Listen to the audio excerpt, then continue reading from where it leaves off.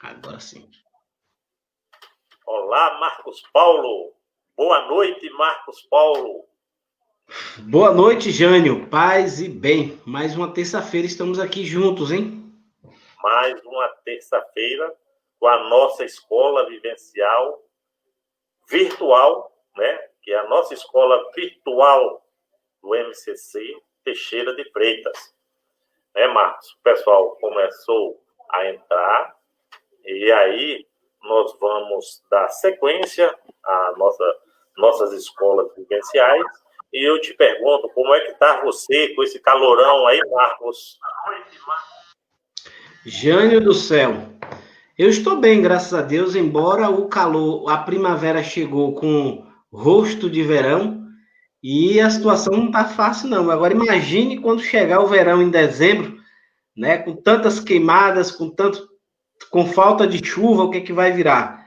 Né? Precisamos realmente cuidar da nossa casa comum, porque cada ano que passa, né, se torna mais quente e a situação se torna mais complicada e a degradação da natureza mais uma vez assim a gente vê o quanto é complicado quando não se tem políticas públicas voltadas, né, de maneira séria no que se concerne ao meio ambiente.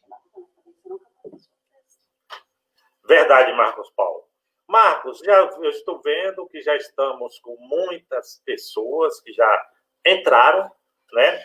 Então, vamos dar início à nossa escola vivencial virtual. Hoje, terça-feira, 6 de outubro de 2020. E no ar, mais uma escola vivencial, onde hoje nós teremos como tema o Evangelho joanino, o Evangelho de São João, né? Mas, para darmos início, vamos fazer a invocação, primeiro, da Santíssima Trindade e do Espírito Santo. Em nome do Pai, do Filho e do Espírito Santo. Amém. Amém. Vinde, Espírito Santo, enchei os corações dos vossos fiéis e acendei neles o fogo do vosso amor. Enviai o vosso Espírito e tudo será criado, e renovareis a face da terra. Oremos. Deus, que instruíste os corações dos vossos fiéis com a luz do Espírito Santo, fazei que apreciemos retamente todas as coisas e gozemos sempre da tua consolação. Por Cristo, Senhor nosso. Amém.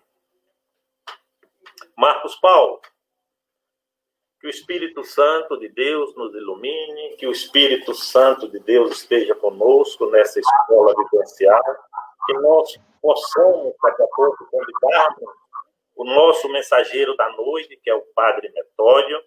E, para isso, vamos fazer a leitura do Evangelho. Não será o Evangelho de hoje, mas será um Evangelho de São João. O Evangelho de São João, capítulo 10, de 1 a 16. Evangelho de São João, capítulo 10, de 1 a 16. Em verdade vos digo, quem não entra pela porta no redil das ovelhas, mas sobe por outro lugar, é ladrão e assaltante. O que entra pela porta é pastor das ovelhas. A este o porteiro abre. As ovelhas ouvem sua voz e ele chama suas ovelhas uma por uma e as conduz para fora. Tendo feito sair todas as que são suas, caminha à frente delas e as ovelhas o seguem, pois conhece a sua voz. Elas não seguirão o estranho, mas fugirão dele, porque não conhece a voz dos estranhos. Jesus lhe apresentou essa parábola. Eles, porém, não entenderam o sentido do que lhes diziam. Disse-lhes novamente Jesus: em verdade vos digo, eu sou a porta das ovelhas. Todos que vierem antes de mim são ladrões e assaltantes. Mas as ovelhas não os ouviram. Eu sou a porta. Se alguém entrar por mim, será salvo, entrará e sairá. E encontrará pastagem. O ladrão vem só para roubar, matar e destruir.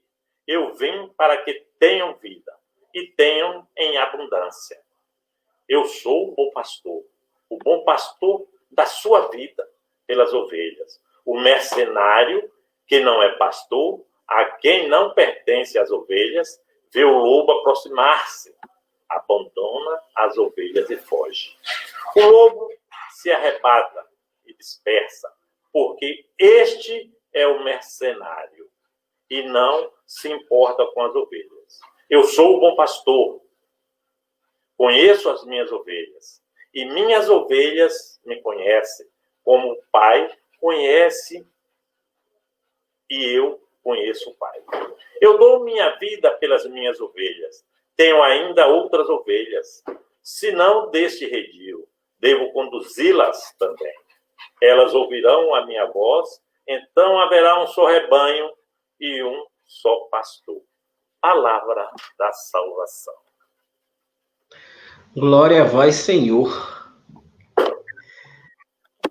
Boa noite, povo de Deus. Mais uma vez, agradecer a presença de cada um de vocês, dos de longe, dos de mais perto. E ainda em tempos de pandemia, a gente estar juntos através das redes sociais para refletirmos, para entendermos, para brindarmos às pessoas também uma mensagem a cada terça-feira. Essa talvez seja a nossa missão de cursilistas, né, de cristãos, nesse momento difícil que nós estamos vivendo, e tantas pessoas carecendo de ouvir uma palavra que possa confortar e possa falar o coração de cada um de nós. E eu tenho certeza que essas terças-feiras, para todos que acompanham, é esse espaço privilegiado de onde nós podemos falar daquilo que brota também do nosso coração, da nossa caminhada, da nossa história, da nossa espiritualidade. A maneira também de nós estendermos a nossa oração, a nossa maneira de entendermos o Evangelho às pessoas de boa vontade. Então, bem-vindos, obrigado pela presença sempre oportuna de cada um de vocês. O Evangelho escolhido não poderia ser mais oportuno, visto que o tema de hoje é o Evangelho joanino, e o capítulo 10 de João, né, nós teríamos aí, dentro desse capítulo 10, que ele é pequenino, é muito pequeno, 40 e poucos versículos, mas nós poderemos tirar lições, nós poderemos tirar mensagens, temas para a noite inteira. Infelizmente, nós não temos esse tempo e vamos deixar para o mensageiro de hoje, né, nos fazer degustar mais sobre o Evangelho joanino, que é o nosso padre Metódio. Mas o que nós poderemos dizer sobre esse capítulo 10 de João o capítulo 10 de João é como se fosse a teologia da autoridade. E aí a gente pode entender a autoridade, toda pessoa que tem sob sua responsabilidade alguém. E aí, família, nós poderemos ter o padre na comunidade, o bispo na diocese, o prefeito na cidade, os vereadores, né? Toda pessoa que tem sob sua responsabilidade alguém, ele precisa ler o capítulo 10 de João para entender qual é o fundamento daquele que tem uma responsabilidade, é cuidar. A imagem do bom pastor é a imagem de alguém que cuida. A imagem do bom pastor é a imagem de alguém que preserva a vida e faz de tudo para que aquele que esteja sob sua responsabilidade possa ter vida e vida em abundância. Porque a religião que nós vivemos, ou deveríamos viver, e parece até óbvio nós falarmos sobre isso, mas nós somos seguidores de uma pessoa, e essa pessoa é Jesus Cristo. E não seguidores simplesmente de uma religião, de uma doutrina e de uma moral. Essas questões aqui, elas são interessantes e importantes como mediações que nos deveria fazer entender e ajudar a crescer na identificação daquele que é o bom pastor. E aí a aventura cristã nossa consiste em crer naquilo que ele acreditou, dar importância àquilo que ele deu, defender a causa do ser humano como ele a defendeu. aproximar-nos dos indefesos, dos desvalidos, dos que estão na periferia, assim como ele se fez presente na vida dessas pessoas. Ser livres para fazer o bem como ele fez, confiar no Pai como ele confiou, e enfrentar a vida e a morte com a mesma esperança que ele enfrentou. Se aqueles que vivem perdidos, como as ovelhas, que não sabem a quem ouvir, e hoje nós temos tantas pessoas gritando a todos os cantos, e essas pessoas, e não tem uma voz que de fato essas pessoas se identifiquem, e aí a gente pode dizer sobre a política que nós estamos vivendo hoje, totalmente desvirtuada com aquilo que é a essência da política, que é o cuidado do bem comum. Essas pessoas vivem sozinhas e desorientadas, podem encontrar na comunidade cristã, e aí uma responsabilidade, aí eu vou terminando, a responsabilidade de nós e da comunidade qual nós estamos inseridos, e aqui eu cito o Papa Francisco como alguém que tem uma voz extremamente profética nesse momento em que nós estamos vivendo, e nós precisamos criar esse lugar onde nós possamos aprender a viver juntos e de maneira mais digna, solidária e livre, seguindo esse Jesus Cristo que é o bom pastor. E eu diria para vocês, a igreja, nesse momento, estaria oferecendo ao mundo de hoje um dos seus melhores serviços, que é criar um espaço onde as pessoas possam viver profundamente esse ser que é Jesus Cristo, o bom pastor. Marcos Paulo, excelente explanação do Evangelho, e já estou trazendo aqui para a tela. Após a sua reflexão do Evangelho, parabenizo, estou trazendo o mensageiro da noite, o nosso querido Padre Metódio. Padre Metódio, ele é o nosso assessor eclesiástico do setor 1, Teixeira de Freitas, coronia aqui de Teixeira, e o nosso Padre Moisés é o nosso assessor eclesiástico diocesano. E Padre Metódio nos ajuda aqui no setor 1 Teixeira. O movimento de Cursilhos e Cristandade, na sua estrutura, tem o setor 1 Teixeira e tem o setor 2 Itamaraju.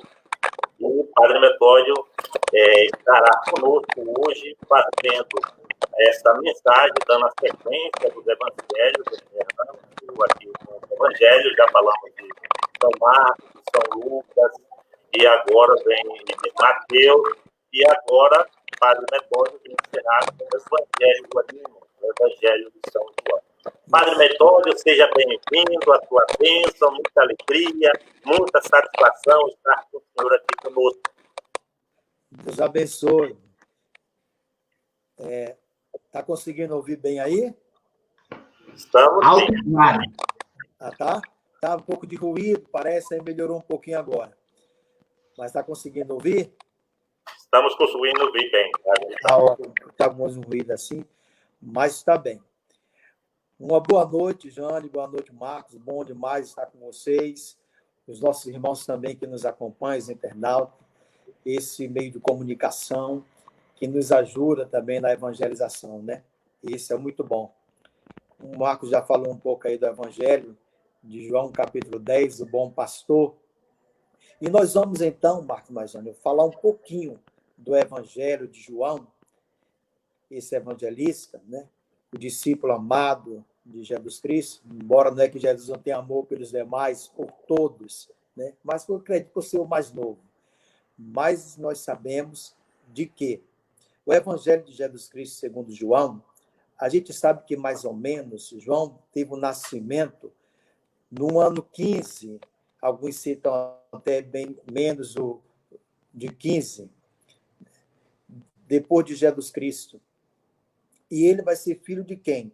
Filho de pescador mesmo, de Zebedeu, filho de Salomé, a sua mãe, e vivia em Betânia e era pescador. E sabemos que o Cristo teve chamado pescadores para que pudesse caminhar com ele. João, então, vai escrever esse evangelho quase já perto mesmo do seu falecimento, que teve por fim a morte natural, pelos anos 80, ano 95, por aí, é que teve escrito esse evangelho. E é onde veio ter o falecimento dele, mais ou menos em 103 depois de Cristo, né? Esse aí. Mas o evangelho de Marcos, o evangelho de Mateus, o evangelho de Lucas, eles são evangelhos parecidos. Por isso que nós falamos de evangelhos sinóticos. Não que são iguais, mas eles se parecem. O evangelho de João, ele começa falando do verbo divino, que sabemos que é Jesus Cristo, no princípio, que era o verbo, e o verbo estava junto de Deus, e o verbo era Deus. Tudo foi feito por ele, e sem ele nada foi feito. Nele havia a vida, e que era a luz para os homens. E nós sabemos que João já começa falando da luz, e certeza ele ouviu o discurso de Jesus falar, de que Jesus é caminho, que Jesus é verdade, que Jesus é luz, que Jesus é o bom pastor, como Marcos aí falou para nós. O Senhor, ele é tudo isso.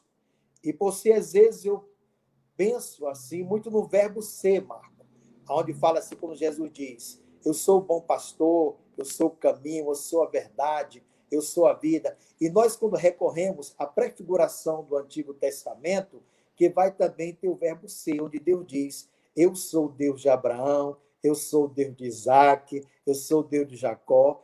Então, Janimar Marcos, eu vejo um pouco isso e vejo que o Evangelho, tanto no Antigo Testamento e o Novo Testamento, eles se juntam. Nós não vamos compreender o Antigo Testamento se eu não tenho um Novo. E se eu não tenho o Novo também, eu não vou conseguir entender o Antigo.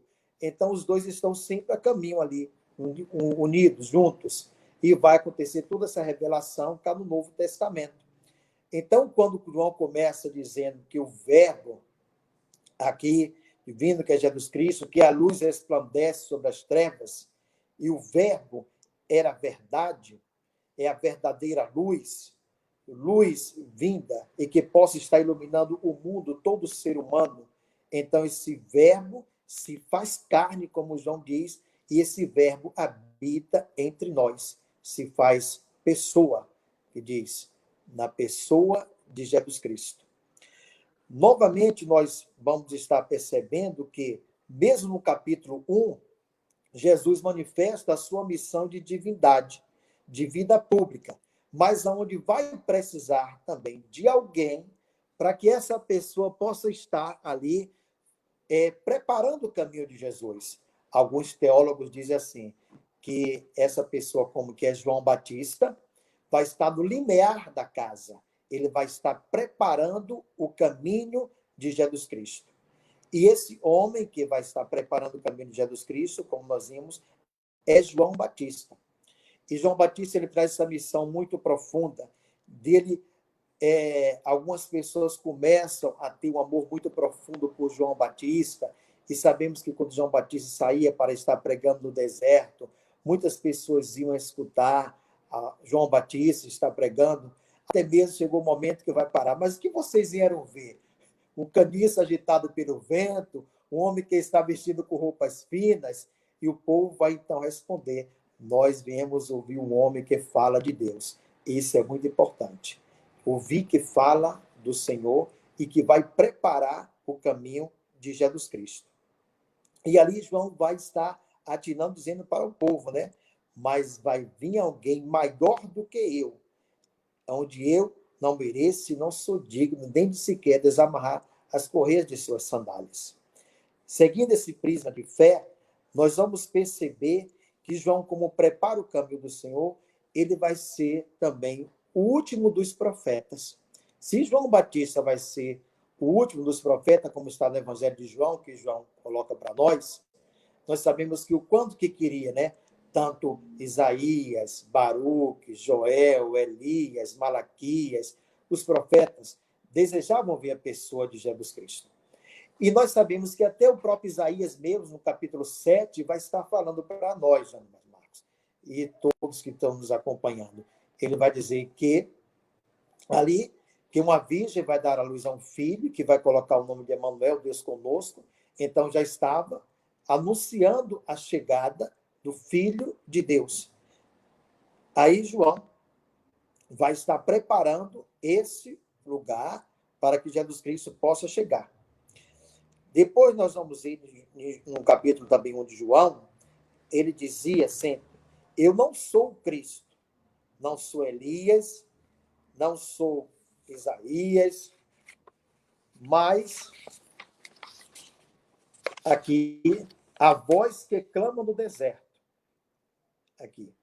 E João Batista, no capítulo ainda 1 de São João, nós sabemos que ele vai estar batizando com água, mas ele vai estar dizendo, expressando para o povo, de que Jesus Cristo vai vir, mas Jesus Cristo vai batizar pela força do Espírito Santo, pelo poder do Espírito Santo.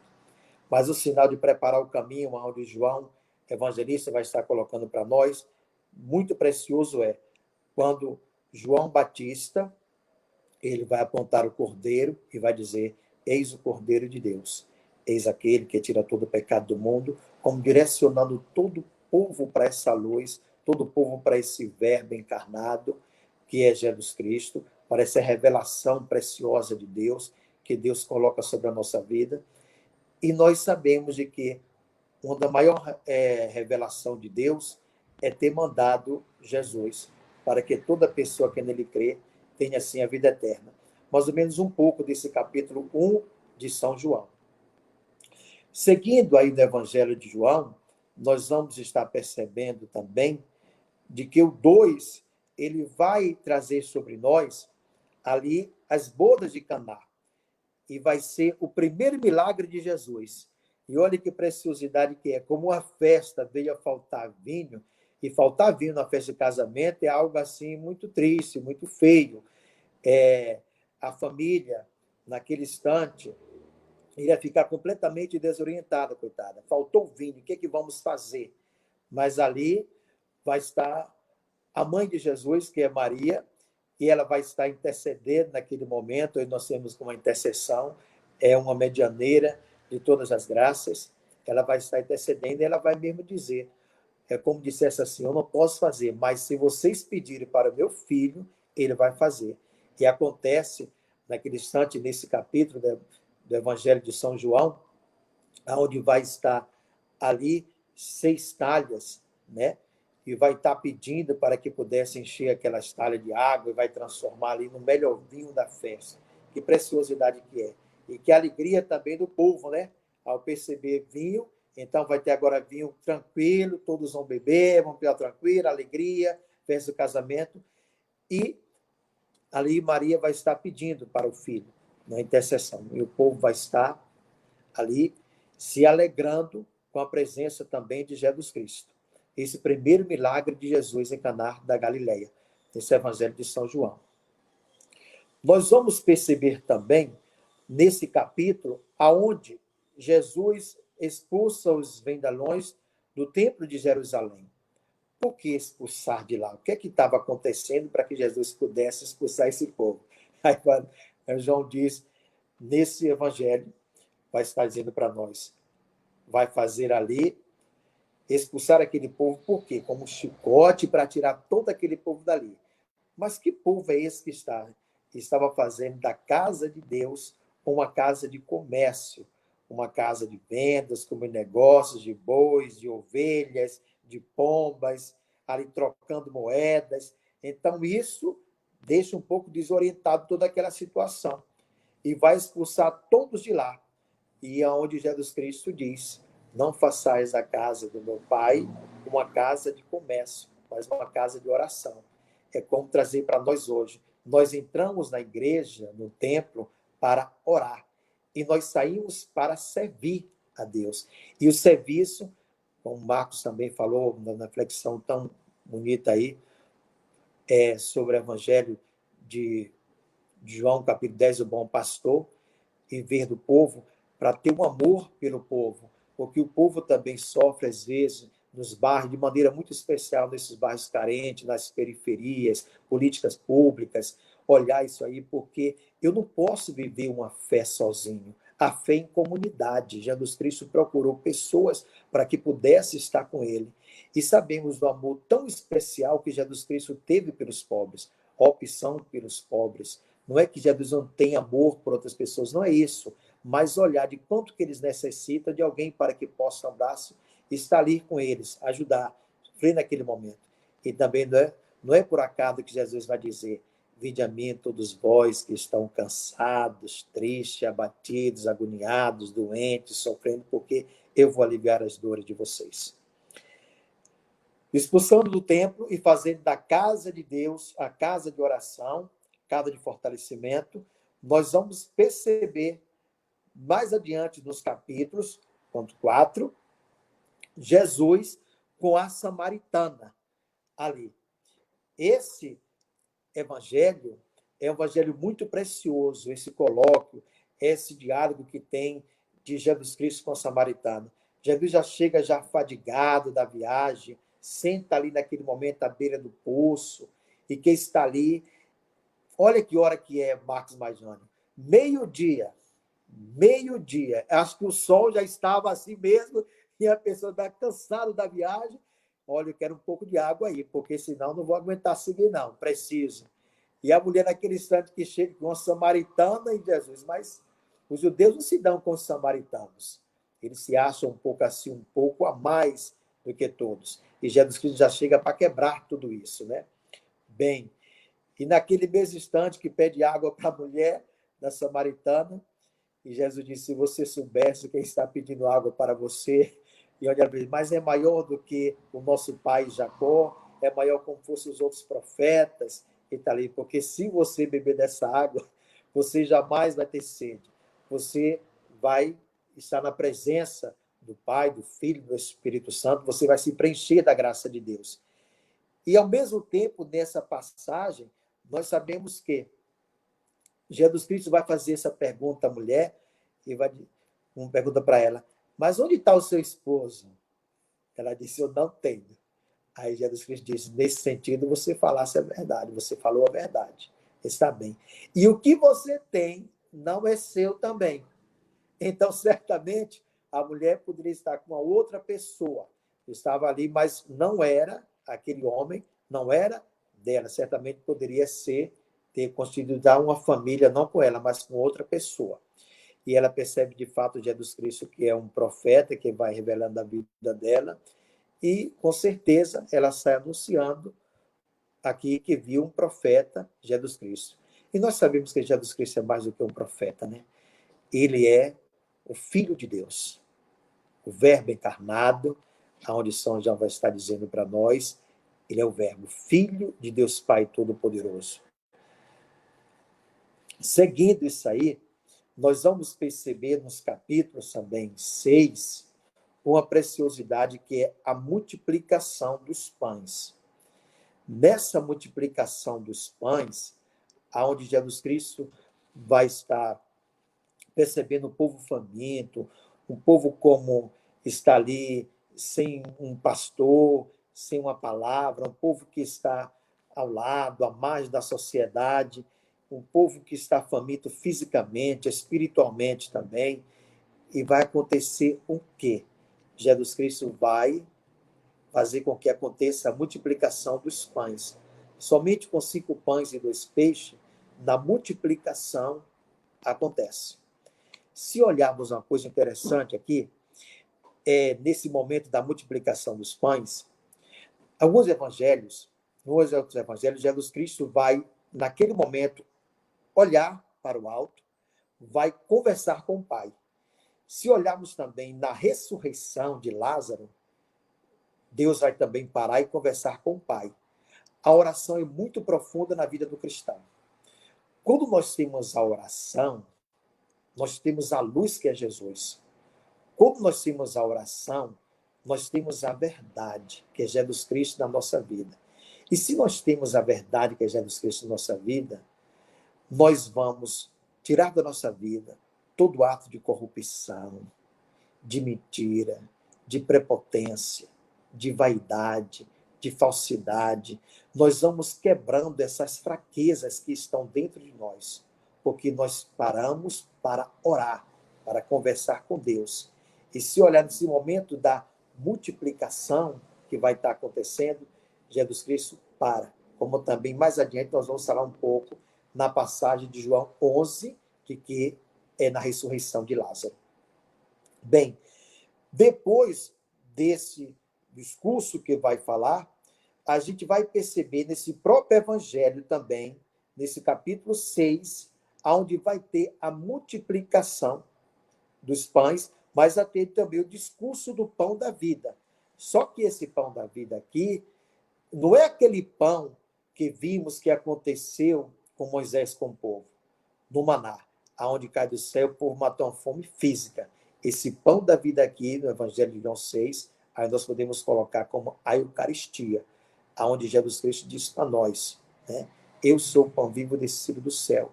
Quem come a minha carne, quem bebe do meu sangue, permanece em mim e eu permaneço nele, ao se alimentar da carne e beber do sangue de Jesus.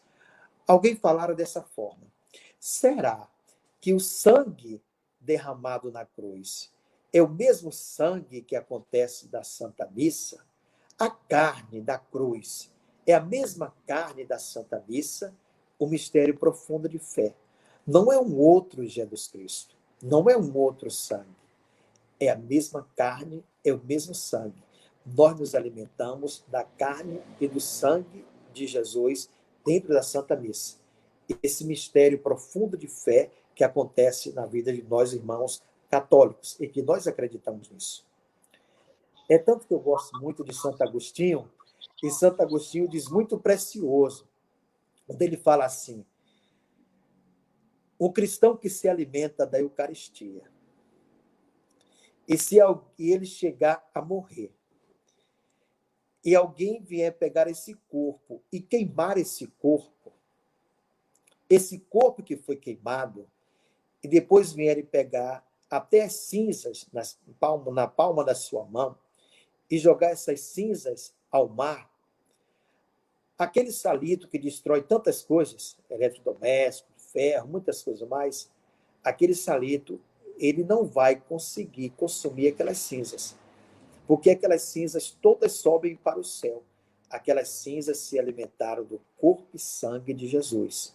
E Santo Agostinho expressa, né? Porque é um corpo glorioso que vai ter daquela pessoa para viver eternamente na presença de Deus Pai Todo-Poderoso. Muito preciosa a patrística da igreja, que nos dá um ensinamento também profundo. Depois nós vamos perceber, logo em seguida no Evangelho de João 8.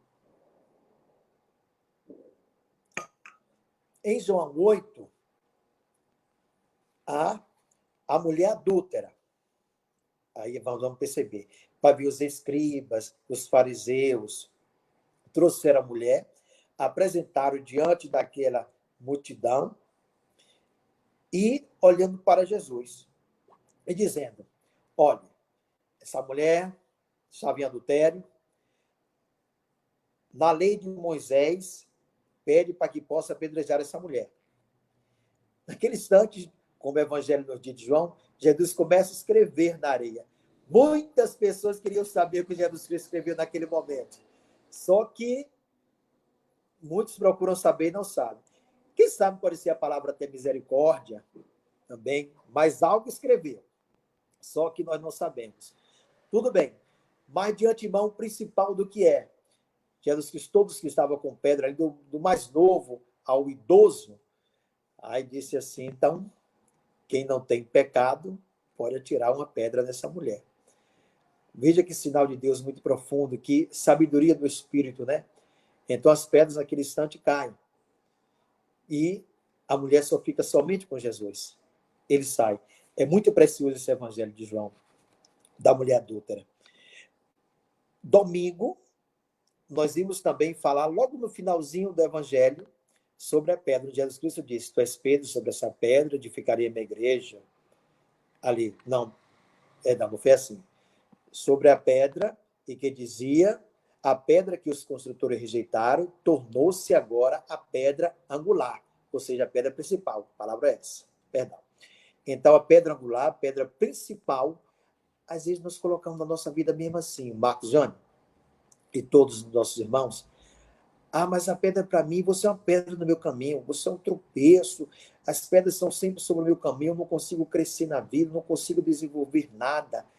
Eu acho que talvez não seja bem as pedras, porque se a gente for olhar, com a pedra também, nós tivemos os mandamentos com Moisés fazendo ali sobre a pedra. A gente pode trazer para nós Davi, né, vencendo Golias com as pedras. A gente pode trazer sobre nós também Jacó, onde pega uma pedra e coloca como travesseiro. E naquele momento ele começa a refletir sobre todo o ensinamento de Deus. Nós podemos perceber Jesus Cristo no Evangelho de Mateus, não fugindo do Evangelho nosso aqui de João, mas diz: a casa construída na rocha, na pedra, é a casa que pode vir ventania, tempestade, seja qual for, furacão, deslize, mas essa casa permanece sempre na rocha, que é Jesus Cristo. E essa pedra, talvez, que está ali sobre o seu caminho, você pode afastar. Talvez seja a pedra coração, onde está dentro de nós uma pedra, que é um coração duro, insensível, incapaz, às vezes, de perdoar, de amar, de se fazer presente no coração daquela família, daquela comunidade. Então, nós precisamos quebrar essas pedras, tirar essa pedra do nosso caminho. E Deus a dizer para nós, melhor, eu darei para vocês, não um coração de pedra, mas darei para vocês um coração de carne. E aquelas pedras que caíram ali, das mãos daqueles que estavam ali, do mais novo ao mais idoso, e a mulher ficou sozinha com Jesus, e Jesus pediu para que pudesse ir. Em paz, seus pecados são perdoados, mas que não venha mais estar até em nível de prostituição. Depois nós vamos perceber, logo em seguida nesse evangelho, tanto no 9, a cura do cego de nascença.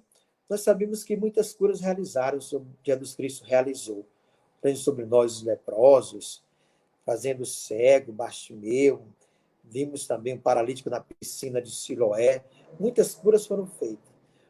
Mas um sinal que nos diz, há um pensamento de um teólogo muito bom, muito precioso, ele, de Karl Rahner.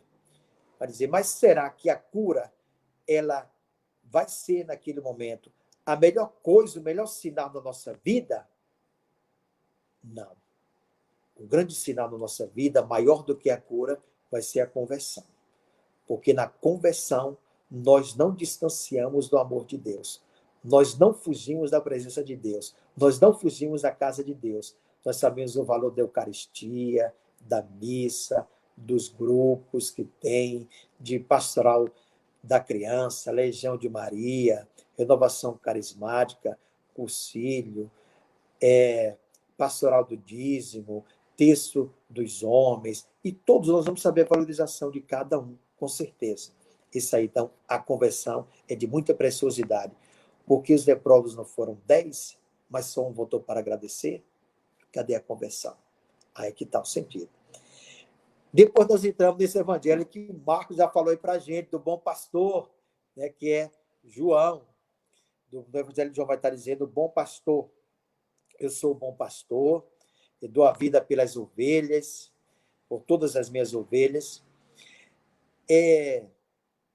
Quando Jesus Cristo está falando para nós que ele é o bom pastor, e ele conhece as ovelhas, nós, como ovelha, nós temos que estar atentos ao que o Cristo fala conosco, a voz do pastor. E a voz do pastor é essa, para que nós possamos seguir. E o pastor, ele vai dar a vida pelas ovelhas. Preciosidade de Jesus Cristo, ali dar a vida, entregar a vida toda por nós. E nós sabemos muito bem disso, que ele entregou toda a vida dele por nós. Há um estudo em que diz de um médico veterinário, ele vai estar falando para nós de que a ovelha, ela não tem uma boa visão, ela não consegue ter uma visibilidade boa, porém, ela tem uma boa audição, ela conhece a voz do pastor, aquele pastor que chama por ela. Ela não vai a outro pastor, a não ser aquele pastor que é dela, que está ali, chamando, que está com ela constante. Penso também que nós devemos ser assim, a escutar sempre a voz de Jesus Cristo, saber que caminho nós estamos ali seguindo. E o caminho que nós temos que estar seguindo é esse caminho que ele disse para nós. Eu sou o caminho da sua vida, eu sou a luz da sua vida. Padre, aí tem só um adendo. Hoje, me parece que nossa sociedade, até nossos irmãos da nossa própria igreja e de outras igrejas, têm ouvido outras vozes que não é a voz do pastor Jesus Cristo, que cuida, que ampara, que reconhece o outro como ser humano verdadeiramente. Então, me parece que nós vivemos hoje um cristianismo extremamente às avessas daquilo que pois no sentido de realmente sermos e ouvirmos a voz do pastor e não as vozes que nos desvirtuam por aí. Uhum. Entendo, Marcos, quando você fala isso, a voz do pastor. E nós, assim, nós como os pastores, nós temos que colocar na nossa vida. Qual vai ser a riqueza minha como pastor? É aquilo que Jesus Cristo disse. Tome a sua cruz e que você possa me seguir. Seguir a Ele. Seguir os ensinamentos dele. Esse pastor, que é Jesus Cristo, que ele é o bom pastor, ele vai estar falando com nós também, mais adiante, na ressurreição que vimos aqui de Lázaro, no capítulo 11. Nesse capítulo 11, nós vamos perceber um sinal que uma mulher vai aproximar de Jesus. Marta, ali, e percebendo o falecimento do seu irmão, e Jesus, por ser amigo também da família, né, ali Jesus Cristo, ela vai falar para Jesus: Jesus, se o Senhor estivesse aqui, o meu irmão não teria morrido. Mas eu acho muito precioso o que ela diz nessa passagem do Evangelho de João. Mas eu sei, como se eu tenho certeza, convicção, que tudo que o Senhor pedir ao Pai, o Pai realiza. Eu sei que tudo que pedir se faz. Eu sei que tudo que o Senhor fizer esse momento agora, realiza. O meu irmão não teria morrido se o Senhor estivesse aqui. E Jesus Cristo se aproxima, vai lá da família, depois chega perto lá do túmulo de Lázaro. Mas uma coisa me deixa muito assim também tocante nessa passagem. Se for olhar no capítulo 11 ainda, nesse versículo 35, eu não conheço, Marcos Majânio, outro versículo menor do que esse, onde diz assim: e Jesus chorou. Eu não conheço outro versículo menor que esse. Isso mostra um Deus nosso que é humano, entende? Que naquele instante ele também toma as dores daquela família. E sabe, claro que acredita na ressurreição, na vida eterna, mas tem aquela coisa, por nós sermos matéria e sabemos da falta física de alguém que vai onde nós não vamos vê-lo fisicamente mais. Com certeza nós vamos ver, estar presente na nossa vida, no nosso coração, mas fisicamente nós não vamos ver. Segue mais ou menos por esse prisma. E Jesus Cristo vai ali e ressuscita Lázaro. A ressurreição de Lázaro.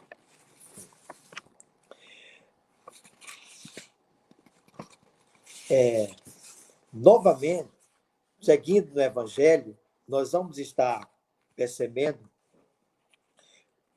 a entrada de Jesus no capítulo 12, que vai ser a entrada de Jesus em Jerusalém. Ali. A entrada de Jesus em Jerusalém. É bem provável a gente ver essa passagem quando? Em Domingo de Ramos, né? Jesus entrando sobre Jerusalém, ali. Aquele instante, as pessoas, quando Jesus vai chegando, né? As pessoas vão jogando os ramos, né? Vai estar jogando ali aqueles ramos para que Jesus Cristo pudesse passar. Qual o simbolismo disso? Qual o significado disso que João tenta colocar para nós? Esse obediente vai proclamando Jesus Cristo como rei de Israel e tudo. Aquele momento dos ramos que vai jogando é o povo pedindo para que Jesus possa salvar. É, naquele instante, salvando e, ao mesmo tempo, como nos salva agora, nos salva nesse momento. E, na mesma hora, o povo traz para ele é deixar uma vida velha e assumir uma vida nova, naquele instante. Por que nova? Como dissesse, os meus olhos estão vendo agora a minha salvação que está entrando aqui em Jerusalém. Os meus olhos estão vendo a salvação que está aqui em Israel. Os meus olhos estão vendo Jesus Cristo, a luz do mundo, sinal do mundo. Então, esse é o bendito, que vem em nome do Senhor. E diz, então, Senhor, salve-nos, imploramos a Ti, que o Senhor possa nos salvar. Essa entrada preciosa de Jesus em Jerusalém. E se formos olhar depois os outros capítulos, tanto 13 até o 20, a gente vai ver ali a missão e divindade de paixão de nosso Senhor Jesus Cristo. Como vai ver? Com o lava-pés, que vai estar começando, onde o Cursilho faz isso tão bonito. Gente, naquele momento, naquela celebração, onde aparece ali, aquele momento que se cria, é muito precioso, é muito gratificante. Né? Mas, bem, quando vê Jesus Cristo lavando os pés dos discípulos e ensinando para nós como é que nós devemos que fazer também com os nossos irmãos, só pode ser um precioso pastor mesmo, que é ele, que é Jesus, que é tudo. E aqui a gente vai ver, percorrendo agora até o final do capítulo 20, a gente vai ver a paixão de Jesus Cristo e depois a ressurreição de nosso Senhor Jesus Cristo. Paixão e morte, ressurreição de Jesus.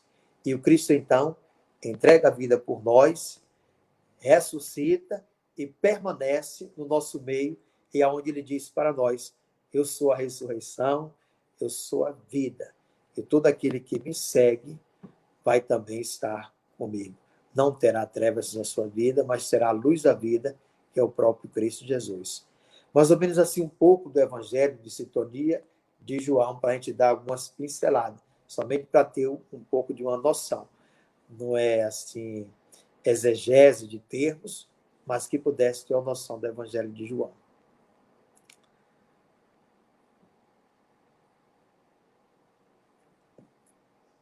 Conseguiu, Jânio?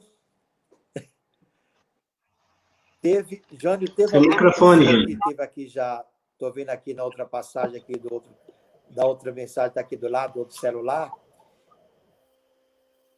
e teve alguém que mandou uma mensagem aqui, quando falou logo do início, cara, de João Batista, que João Batista batizava com água, e ali pela conversão dos pecados, e trazendo aqui que ele veio e batizou Jesus. E por que batizou Jesus? Alô? Estou ouvindo, padre, certo. Está ouvindo? Sim. E a gente pode perceber a seguinte coisa. Eu creio muito assim. Jesus Cristo, ele foi batizado para ser solidário com a gente. Para ser solidário comigo e com todos os irmãos. Porque ele é o Filho de Deus. Ele não tem pecado na vida dele. Ele não tem erro na vida dele. Ele é tudo. Onisciente, onipotente, onipresente. Jesus Cristo é tudo. Ele é perfeito. Mas, para ser solidário com a gente, ele vai, então, naquele vale, pedir a João Batista para que possa batizar. E a nossa missão é essa. Nós estamos no mês da missão, né? Agora, esse mês, eu já recebo batismo, não para estar estacionado, mas o batismo para estar em ação, em movimento. Trabalho. Padre, Sim. O senhor ainda tem mais tempo, pode ficar à vontade, querendo continuar a sua explanação. Eu gostaria de dizer, o senhor tem várias pessoas acompanhando, está aqui o coordenador regional, o Grupo Vasconcelos, tem pessoas em Salvador acompanhando, tem pessoas de vários locais, tem muita gente acompanhando, muita gente aqui lhe dando parabéns, parabenizando, né? Mas o senhor pode ficar à vontade, o senhor ainda tem mais tempo. Se ainda tem um tempinho mais, aí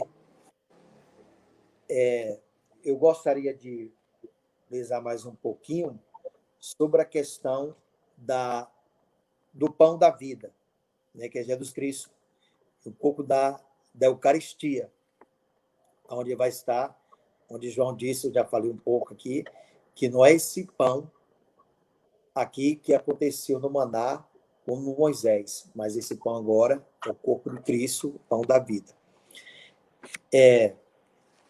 Nós somos felizes porque na igreja, onde acontece ali, naquele momento da Santa Missa, de um momento tão especial do corpo e sangue de Cristo, nós vamos ter um sacrário na igreja, onde nós colocamos o corpo do nosso Senhor Jesus Cristo.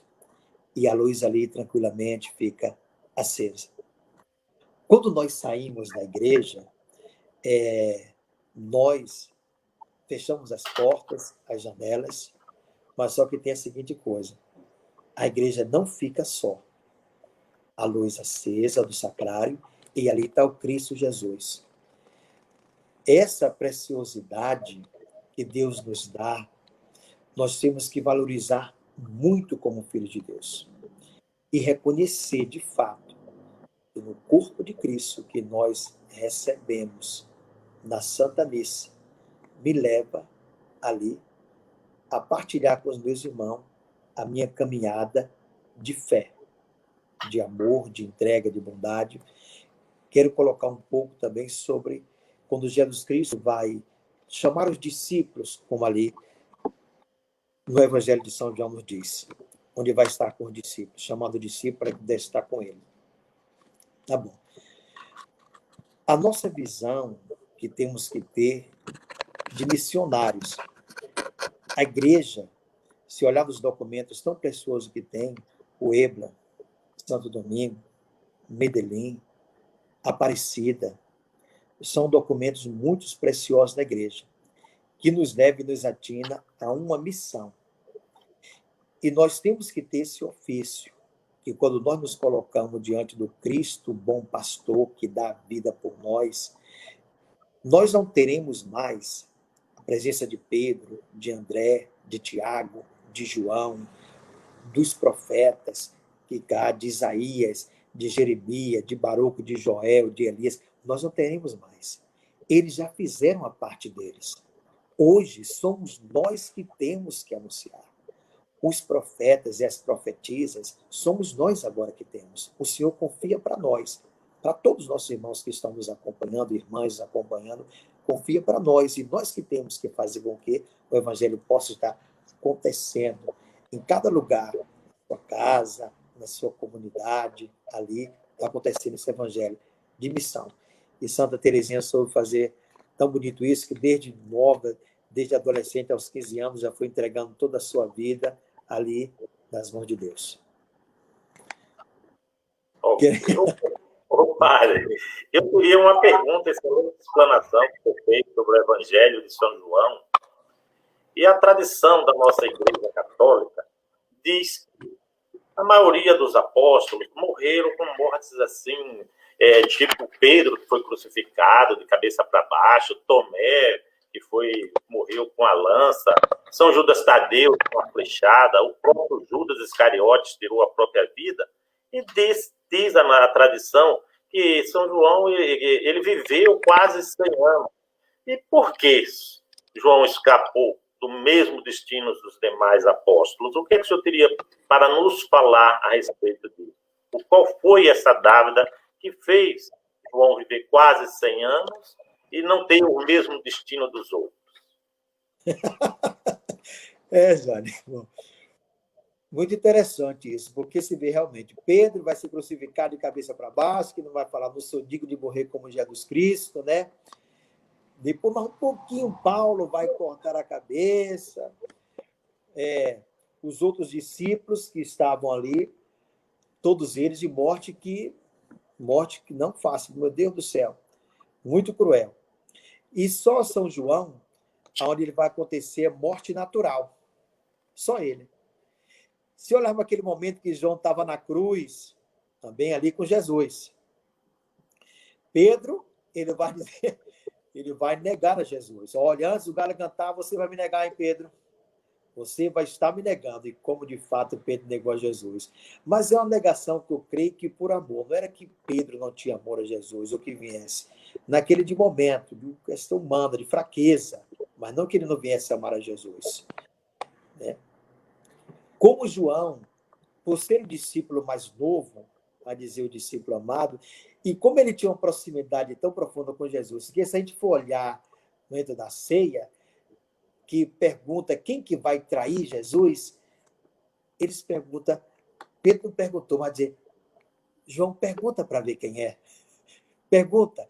E acho um momento precioso que vai ser, que eu conheço na Sagrada Escritura, é aquele discípulo mais novo, onde ele vai inclinar a cabeça no peito de Jesus naquele instante, demonstrando um amor muito profundo por Jesus Cristo. E quando a gente olha o Evangelho de João, é um evangelho realmente que traz um amor tão profundo, entende? Não é que é melhor do que os outros evangelhos, nada disso. Fora desse prisma, não tem nada a ver isso. Entende? Demonstra esse amor.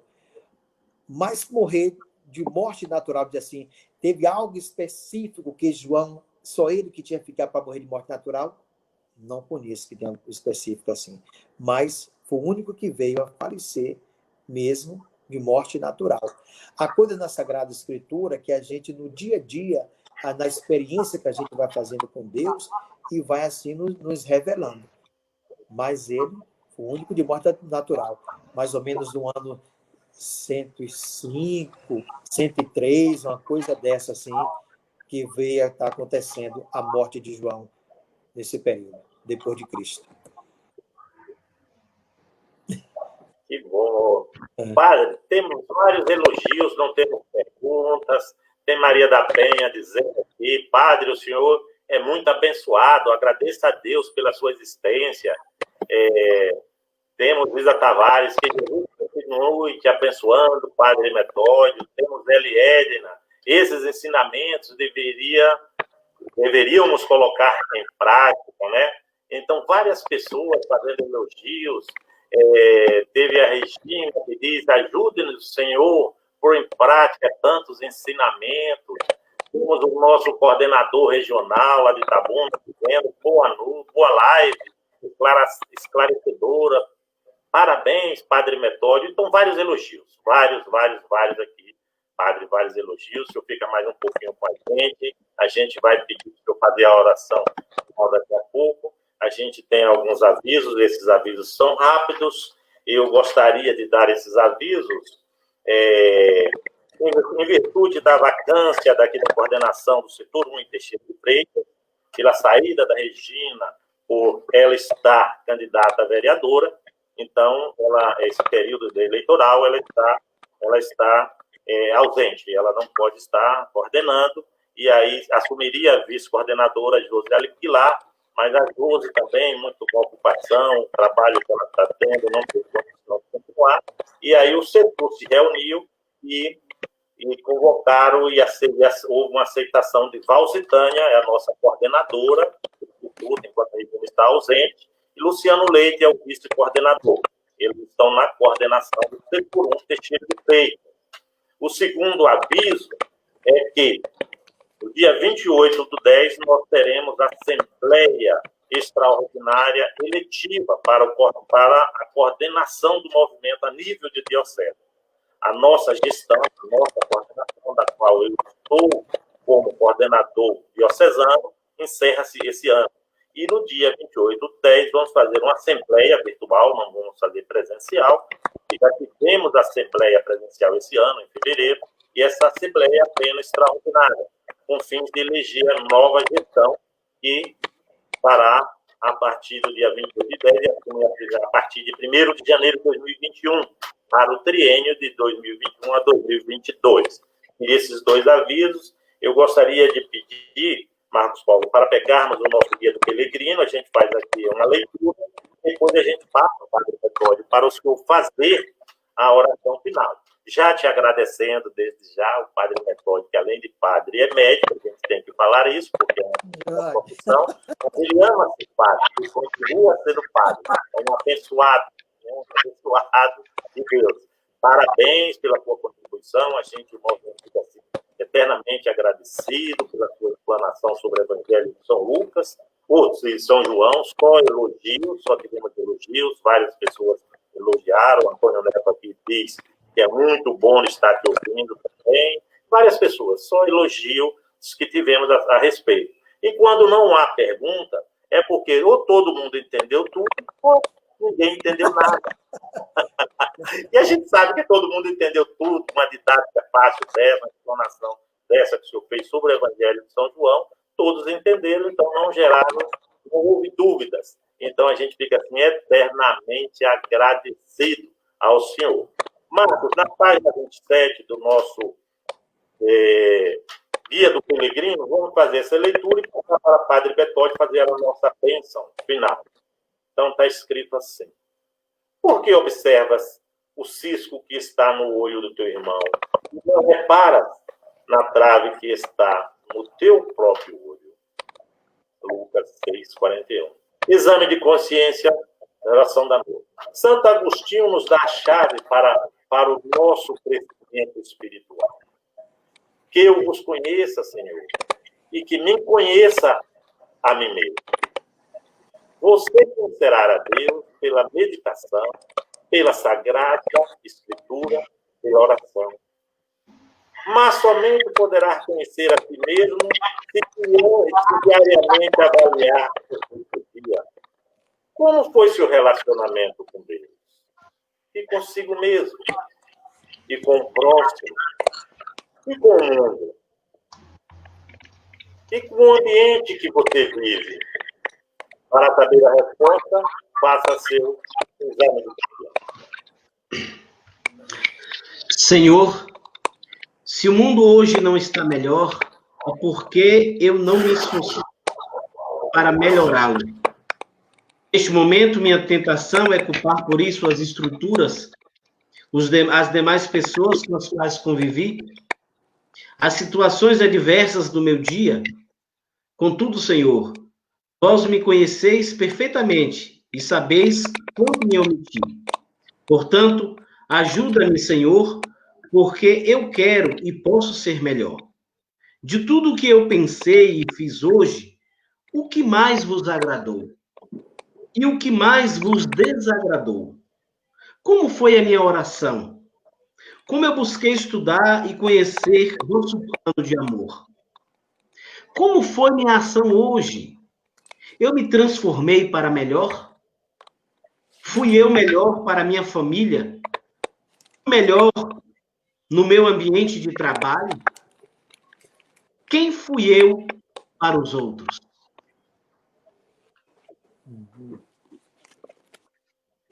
Bem. Muito bem, Marcos Paulo, Padre Bertoldi, o senhor tem agora o seu tempo, o tempo de o senhor fazer suas considerações finais e fazer a nossa oração final e abençoar a todos os que estão participando, que estão ouvindo e que vão assistir depois, Padre Bertoldi. As nossas escolas residenciais têm uma média de frequência de várias pessoas ao vivo e outras pessoas assistem posteriormente. Algumas delas alcançam até 2.000 pessoas. Então, o senhor fique à vontade para estar nesse ambiente que foi cedido pela Diocese, e aqui a gente deixa registrado o nosso carinho, o nosso agradecimento pelo nosso bispo diocesano, Dario. Ele cedeu esse aplicativo, esse espaço, e está fazendo a nossa escola vivencial ir a vários lugares, a vários estados, a vários municípios. Eu quero agradecer também a Deus, agradecer a vocês, né? O Jânio e o Marcos, a todos assim que me proporcionaram assim esse momento, ao nosso bispo Dom Jailton. Eu sei também da capacidade dele, que ele tem de conhecimento da Sagrada Escritura e de vivência, de vida, de experiência, né? Ele é um homem que tem uma visão também de não só a nível de América Latina, mas de muitos outros países, e isso ajuda muito, contribui muito a trazer um conhecimento, uma sabedoria do Evangelho, do ensinamento de Deus. Então, a minha bênção sempre para ele e o meu carinho também por ele. Agradecer a todo o povo de Deus que nos acompanha, que tirou esse momento precioso para estar aqui também juntos. Isso é muito bom, isso é igreja viva. E eu quero, assim, fazer oração, Jânio, pela casa, pela família, que está no Salmo 126. E diz assim para nós o Senhor: se o Senhor não edificar a casa, em vão trabalham os que a constroem. Se o Senhor não guardar a cidade, debalde vigia as sentinelas. Será inútil levantar-vos antes da aurora e atrasar até a alta noite o vosso descanso. Pois eu sou Deus, eu dou a terra durante o sono. Que na sua casa, nesse momento agora da noite, se tem algo de divisão, se tem algo que não esteja bem a você, com sua família, com seus filhos, com seu pai, com a sua mãe, que busque essa harmonia e que crê nisso que Jesus Cristo fala para nós, que Ele é esse pastor da nossa vida, que cuida e que Ele dá a vida por nós. Então vamos também dar a vida por todo o ensinamento que Ele coloca na nossa vida e seja sempre esse sinal de luz no coração da sua família. Valorize a sua casa, valorize a sua esposa, valorize o seu esposo, valorize os seus pais, porque com certeza, quando nós temos fé, nós não vamos fugir da nossa casa, mas nós vamos estar presente na nossa casa. Quando nós temos fé, nós não vamos trazer desarmonia para os nossos pais, mas nós vamos trazer alegria e felicidade para os nossos pais. Pode ser que até algum momento a gente possa, com a fraqueza, cometer algo, mas a gente reconhece porque a gente tem fé e segue. Quando a gente tem fé, a gente valoriza esse sacramento precioso que Deus colocou na sua vida, aonde já vou fugir do Evangelho de João, vou botar cá em Mateus, aonde vai estar em Mateus 19. João fica um pouquinho sozinho agora, deixa eu ir para cá para Mateus, para não ficar com ciúme. Aí Mateus então diz, mesmo assim, né? Quando diz, eu estou unindo esse homem, essa mulher, e quero que permaneça até o dia que o chamar. Quando lá no Antigo Testamento, em Tobias, capítulo 8, ele diz ali, Sara, levanta, vamos orar, Sara, porque nós vamos casar. Nós somos filhos dos patriarcas, de Moisés, de Abraão. Vamos orar, porque nós vamos casar. E está aguardando até o dia que o Senhor nos chamar. Nós vamos estar juntos, nós não vamos nos separar. Então, quem tem fé, acredita, valoriza essa preciosidade mesmo do que é ser família. E o nosso Cristo, o nosso bom pastor, ele veio de uma família e foi gerado no ventre ali de Nossa Senhora, onde está em Lucas, gerado nesse ventre. E essa mulher tão preciosa, esposa preciosa, e a gente sabe que, para mim, não existe outra mulher assim na face da terra que recebeu maior sinal de Deus do que a Virgem Maria. Porque, para mim, eu creio assim, que ela é a única mulher que é, até hoje, desde a criação do mundo, que é esposa, que é virgem e que é mãe. E que não há outra assim. Esposa, virgem e mãe. Ela é. E ninguém recebeu maior sinal de Deus também do que ela. Ela gerou, ela trouxe o Cristo Jesus. E ela sempre se mantém na humildade e na simplicidade. E Jesus Cristo também diz para nós que é o bom pastor, né? Aprenda de mim, porque eu sou um homem manso e humilde de coração. Que deixamos desse amor de Deus tomar conta da nossa vida, da nossa casa e toda a nossa família. E terminar com essa oração do Pai Nosso que Ele nos ensinou. Amém? Amém. Pai nosso que estais nos céus, santificado seja o vosso nome. Venha a nós o vosso reino. Seja feita a vossa vontade, assim na terra como no céu. O pão nosso de cada dia nos dai hoje. Perdoai as nossas ofensas, assim como nós perdoamos a quem nos tem ofendido. Não nos deixei cair em tentação, mas livrai-nos do mal. Ave Maria, cheia de graça, o Senhor é convosco. Bendita sois vós entre as mulheres. Bendito é o fruto do vosso ventre, Jesus. Santa Maria, Mãe de Deus, rogai por nós, pecadores, agora e na hora de nossa morte. Amém. Que Deus Pai Todo-Poderoso nos abençoe. Ele que é Pai, Filho, Espírito Santo. Muito obrigado. Amém. Muito obrigado. Viu? Obrigado por tudo. Obrigado, Padre Metódio. As belas palavras.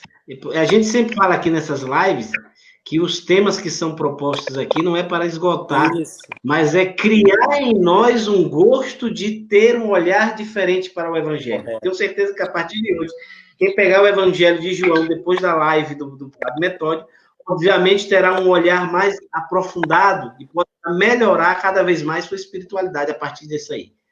Busca sim. Valeu, um abraço a todos. Deus ilumine. Deus nos abençoe a todos. Padre Metódio, mais uma vez, muito obrigado.